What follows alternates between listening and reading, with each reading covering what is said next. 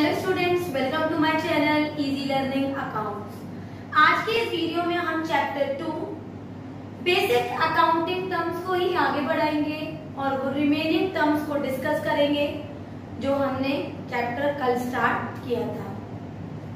हमने 11 टर्म्स को कल डिस्कस किया था अपनी लास्ट वीडियो नंबर 4 में, और आज की वीडियो में हम कुछ आगे की और भी टर्म्स को डिस्कस करेंगे। मैंने कुछ टर्म्स बोर्ड पे लिखी हुई हैं, इनको एक एक करके हम डिस्कस करेंगे। सबसे पहली टर्म है बेटा हमारी रिसिप्ट। रिसिप्ट होती है कोई भी चीज हमें मिलना। अब कोई भी चीज तो यहाँ नहीं होगी। रिसिप्ट दो तरीके की होती है, कैपिटल रिसिप्ट और रेवेन्यू रिसिप्ट। बिजनेस ऑर्गेनाइजेशन में जो रोज के आमदनी हमें होती है, रोज के इन्वेस्टमेंट से जो हमें कमाते हैं, जो हमें पैसा पाते हैं, जो हम अर्न करते हैं, that receipt is known as revenue receipt, जो हमारे रीअकरिंग इन नेचर होती है। लेकिन दूसरी रिसिप्ट जो कि कैपिटल रिसिप्ट है बेटा, रीअकरिंग इन नेचर नहीं है और ना बार बार ये अकर होती है। जैसे फॉर एग्जाम्पल, अगर मैंने अपनी कोई भी एसेट्स फॉर एग्जाम्पल बिल्डिंग को बेच दिया, उसके बाद मुझे जो पेमेंट आया, जो पैसा मिला, that is known as capital receipt. मेरी एक पुरानी मशीनरी थी, मैंने वो बेच दी, फिर जो पैसा आया that is again the capital receipt. तो अगर हमें रिकरिंग नेचर में जो पैसा हमें बार बार रिसिप्ट हो रहा है, that is the revenue receipt. और अगर बिग ओल्ड एसेट्स को हम बेचते हैं और फिर हमें कोई रिसिप्ट हो रहा है, रिसीविंग हो रही है मनी की, that is known as capital receipt. Sorry, regular nature में रेवेन्यू और कभी कभी दैट इज कैपिटल रिसिप्ट। आगे बढ़ते हैं, नेक्स्ट इज प्रॉफिट। प्रॉफिट हमेशा हम उसे कहते हैं वो अर्निंग, हमारी वो इनकम जो हम बिजनेस में कोई भी चीज इन्वेस्ट करते हैं और हमें रिटर्न में मिलती है, that is known as profit. The income generated by investing in the business enterprise is known as profit. Profit दो तरीके के होते हैं, एक होता है ग्रॉस प्रॉफिट, एक होता है नेट प्रॉफिट। दोनों ही प्रॉफिट हम ट्रेडिंग एंड P&L अकाउंट में पढ़ेंगे अपने आगे आने वाली वीडियोस में। ग्रॉस प्रॉफिट होता है बेटा, अगर मैं रेवेन्यू फ्रॉम सेल में से डायरेक्ट कॉस्ट को या डायरेक्ट एक्सपेंसेस को डिडक्ट कर दूं तो जो मेरे पास रिजल्ट आता है that is my gross profit. इसी बात को अगर मैं उल्टा कर देती हूँ तो ग्रॉस लॉस। और नेट प्रॉफिट ये होता है अगर मैं अपने टोटल रेवेन्यू में से टोटल एक्सपेंसेस को माइनस कर दूं तो जो मेरा पेमेंट आता है that is known as my net profit. जैसे हम P&L अकाउंट बनाएंगे तब हमारी जो टोटल इनकम होगी उसमें से टोटल इनडायरेक्ट एक्सपेंसेस को हम माइनस करेंगे बच्चों, और जो उसका बैलेंस आएगा that is known as net profit. तो ग्रॉस प्रॉफिट में हमेशा डायरेक्ट एक्सपेंसेस माइनस होते हैं और नेट प्रॉफिट में हमेशा इनडायरेक्ट एक्सपेंसेस इनकम में से माइनस की जाती है और नेट प्रॉफिट आ जाता है। ये चीजें प्रैक्टिकली हम आगे आने वाले चैप्टर्स में पढ़ेंगे। आगे बढ़ जाते हैं, परचेज।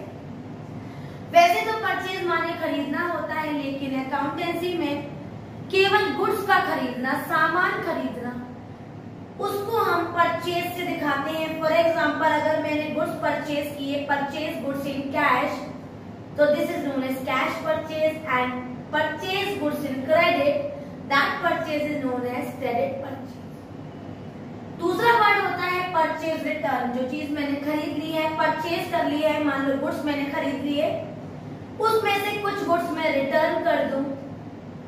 अगर कैश के गुड्स थे और मैंने रिटर्न किए हैं तो कैश परचेज रिटर्न हो जाएगा, और अगर क्रेडिट ट्रांजैक्शंस है तो क्रेडिट परचेज रिटर्न हो जाएगा। आगे बढ़ जाते हैं, सेम थिंग है सेल। अगर हम अपने सामान को बेच रहे हैं, दैट इज गुड्स को सोल्ड कर रहे हैं, तो उसको सेल के नाम से दिखाते हैं अकाउंटेंसी में। याद रखिएगा, केवल गुड्स को दिखाते हैं। और अगर वही सेल की हुई चीज हमें दोबारा से कोई रिटर्न करके दे जाए तो that is known as sale return. अगर हमने सेल कैश में कर दिया है तो दैट इज कैश सेल, और अगर उधार में बेचा है that is credit sale. The next is goods. वैसे तो इसको सामान कहते याद रखिएगा, ये केवल ट्रांजैक्शन को दिखाने के लिए दिखाया जाएगा। जनरल एंट्री में गुड्स का कोई नाम नहीं आएगा, उसे परचेज या फिर सेल के नाम से ही दिखाएंगे। The next is stock. Stock वो सामान, वो टेंजिबल एसेट्स जो फर्म में एग्जिस्टिंग है।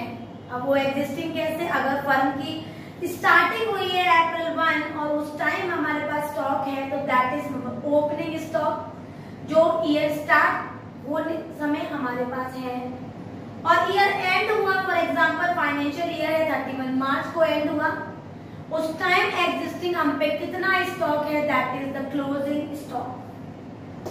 आगे बढ़ते हैं, हमारा नेक्स्ट पॉइंट है revenue from operation. Revenue from operation वैसे तो इसका दूसरा नाम नेट सेल होता है। जब आप 12th में आएंगे और एक बुक पढ़ेंगे, सेकेंड बुक कंपनी अकाउंट, तो वहां पर एक schedule 3 balance sheet of the company act 2013 के हिसाब से हम एक अकाउंट बनाते हैं जिसको कहते हैं स्टेटमेंट ऑफ P&L अकाउंट। उसमें जो वर्ड आता है नंबर 1 पे उसे कहते हैं रेवेन्यू फ्रॉम ऑपरेशन। बेसिकली इसका दूसरा नाम नेट सेल होता है और नेट सेल हमेशा सेल में से अगर हम सेल्स रिटर्न को माइनस कर दें बच्चों, तो जो हमारा आंसर आता है दैट इज नेट सेल और उसका दूसरा नाम होता है रेवेन्यू फ्रॉम ऑपरेशन। इसके अलावा कुछ और भी पॉइंट्स हैं, उसको भी देख लें। रिमेनिंग पॉइंट्स ये लिखे हुए हैं बेटा। सबसे पहला पॉइंट जो हमारे रिमेनिंग बचे हैं वो है ट्रेड पेएबल। पेएबल का मतलब होता है वो पैसा जो अभी हमें दिया नहीं है, हमने अभी देंगे। फॉर एग्जाम्पल अगर मैं पेएबल की बात करूं तो अगर मैंने कोई भी सामान मार्केट से लिया है जिसको मैं अभी कैश में पे करके नहीं आई हूं तो मैं हो जाती हूँ क्रेडिटर्स। तो बिल्स ट्रेड पेएबल के दो पार्ट्स होते हैं, पहला होता है क्रेडिटर्स और दूसरा होता है बिल्स पेएबल। अब रहा बिल्स पेएबल क्या है। बिल्स पेएबल का मतलब ये होता है, फॉर एग्जांपल अगर मैं किसी शॉप पे जाऊं, परचूनी का कुछ सामान परचेज कर लूं, उसको पैसे ना दूं और उससे बोलूं कि आपको 1 वीक बाद मैं उस पैसे को दूंगी, तो बच्चे जब 1 वीक बाद में उससे पेमेंट देने का वादा कर रही हूँ, उसे ये डाउट है कि मैं उसे पैसे दूंगी या नहीं, तो वो एक बिल को लिखेगा और उससे मेरे साइन ले लेगा। उसमें ये लिखा होगा कि मैं आपको ऑर्डर करता हूँ कि आप आफ्टर 1 वीक मेरा पेमेंट दे देंगी, अगर नहीं देती हैं तो ही और she can file suit against me. तो वो बिल जो हमेशा बेचने वाला बंदा अपने पास रखता है एज अ प्रूफ कि उससे सामान खरीदा गया है और after a specific period of time promise किया गया है कि वो पेमेंट वो दे देगा, that bill is known as bill of exchange, जो हम आगे चैप्टर्स में पढ़ेंगे। जो बंदा सामान देता है, बेचता है, उसे कहते हैं बिल्स रिसीवेबल। उसके बिहाफ पे वो बीआर हो जाता है, बिल्स रिसीवेबल। और जो बंदा पेमेंट देगा उसके बिहाफ पे वही बिल्स पेएबल हो जाता है। तो ट्रेड पेएबल के अंदर हमारे दो चीजें आती हैं, एक होता है कर्जदार क्रेडिटर और दूसरा बिल्स पेएबल जो बंदा बिल का पेमेंट देगा। इसी तरह से ट्रेड रिसीवेबल में जिस बंदे को पेमेंट मिलेगा, जैसे अभी मैंने एग्जांपल में बताया कि दुकानदार से मैंने सामान लिया था तो वो हो गया डेब्टर और जो उसने मेरे ऊपर बिल लिखा है वो बिल है बिल्स रिसीवेबल, क्योंकि उस बिल से उसको पेमेंट मिलेगा और क्योंकि मैं उस बिल से पेमेंट दूंगी तो वही मेरे बिहाफ पर बिल्स पेएबल हो जाएगा। तो ये दोनों होते हैं trade payable and trade receivable. आगे बढ़ जाते हैं। कॉस्ट। कॉस्ट होता है खर्चा, हम किसी भी चीज पर कितना एक्सपेंडिचर कर रहे हैं, किसी बिजनेस पे कितनी लागत लगा रहे हैं, कितना अमाउंट स्पेंड कर रहे हैं, that is known as cost. ठीक है, आगे बढ़ते हैं। वाउचर्स। वाउचर्स होते हैं बेटा, ये सोर्स डॉक्यूमेंट है, इसका एक प्रॉपर चैप्टर है। इन सोर्स डॉक्यूमेंट से हम आगे की जनरल पास करते हैं, ये इंफॉर्मेशन देते हैं कि क्या क्या ट्रांजेक्शंस हुए हैं। That document will identifies the proof of the event that been occurred is known as vouchers। ये कई तरीके के होते हैं, debit vouchers, credit vouchers, compound vouchers, कई तरीके के होते हैं जिसको हम आगे एक पूरे चैप्टर में डिटेल में पढ़ेंगे। The name of the chapter is source document, right. Discount बहुत अच्छा टॉपिक है, बहुत काम आएगा, जनरल में स्पेशली बहुत दिखेगा। डिस्काउंट बच्चे छूट मिलना किसी भी चीज में, दो तरीके की छूट होती है, एक होती है ट्रेड डिस्काउंट, एक होती है कैश डिस्काउंट।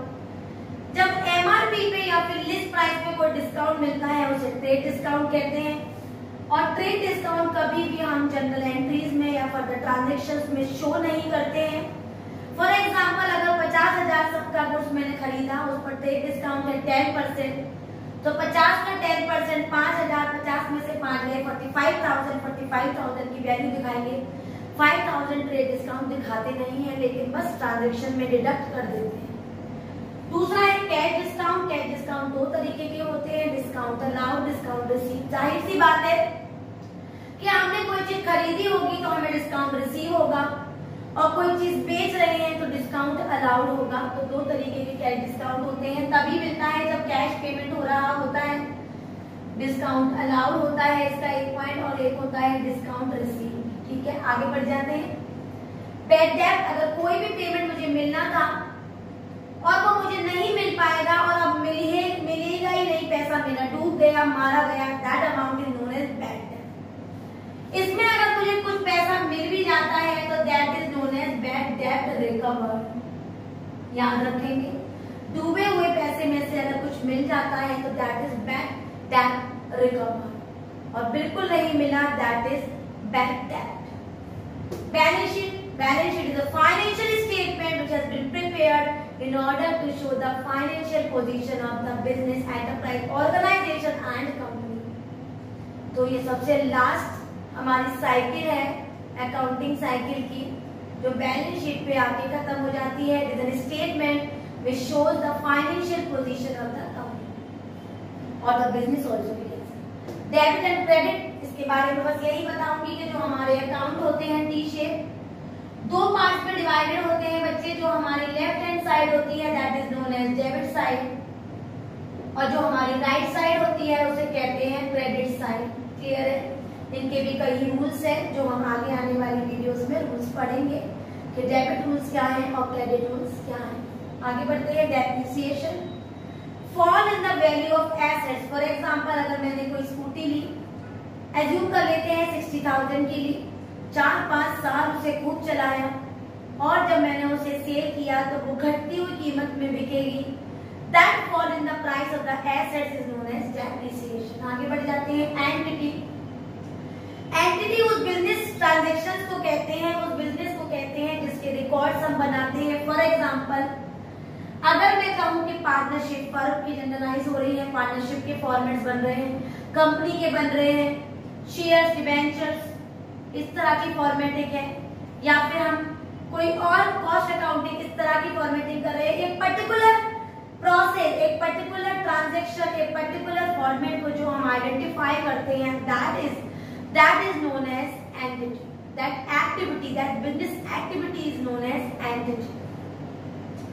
इंसॉल्वेंट, अगर मैंने किसी को मुझे बहुत सारा पैसा देना है, बार बार पैसे मांगने पर मुझे नहीं मिल रहा है, मालूम किया हो तो पता चला कि वो बंदा इंसॉल्वेंट हो गया। When the person becomes insolvent, he is not liable to pay any of the debt because court declare himself as insolvent। Insolvent को हम हिंदी में दिवालिया कहते हैं। दिवालिया का मतलब होता है अगर कोई बंदा इंसॉल्वेंट हो गया, दिवालिया हो गया, तो वो अब अपनी कोई भी लायबिलिटीज बियर नहीं कर सकता और फर्दर बिजनेस ट्रांजैक्शन भी नहीं कर सकता है। वो कोर्ट के द्वारा दिवालिया घोषित कर दिया जाता है। जिसके पास कोई एसेट्स नहीं होती और जिसकी लायबिलिटीज उसकी एसेट्स से ज्यादा होती है।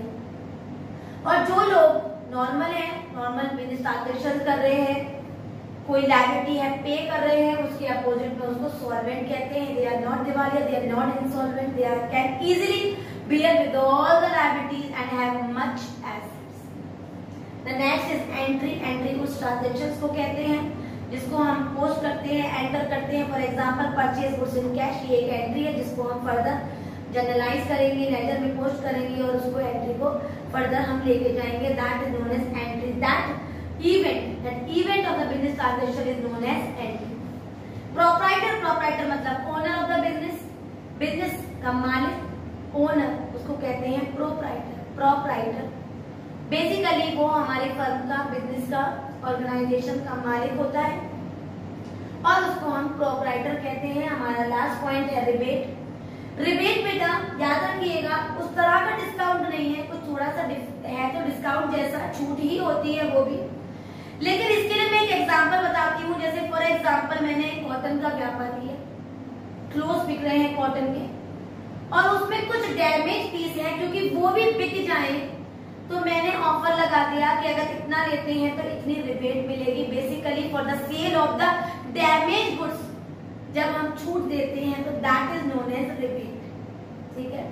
इस तरह कुछ और भी टर्म्स थे चैप्टर 2 में जो मुझे लगा कि they are not at all use for you, तो मैंने जितने भी मुझे इंपॉर्टेंट और यूजेबल पॉइंट्स लगे मैंने सबको डिस्कस किया और इस तरह से मैंने 35 पॉइंट्स डिस्कस किए in my last video and my today's video. और चैप्टर 2 यहीं पर हमारा फिनिश हो गया। कल शुरू करेंगे हमारा चैप्टर 3। अगर आज आपको ये वाला पॉइंट सारे क्लियर हो गए हो, एक एक पॉइंट जो मैंने डिस्कस किए हो वो आपको समझ में आ गए हो, तो मेरी वीडियो को लाइक करें, शेयर करें और मेरे चैनल को सब्सक्राइब जरूर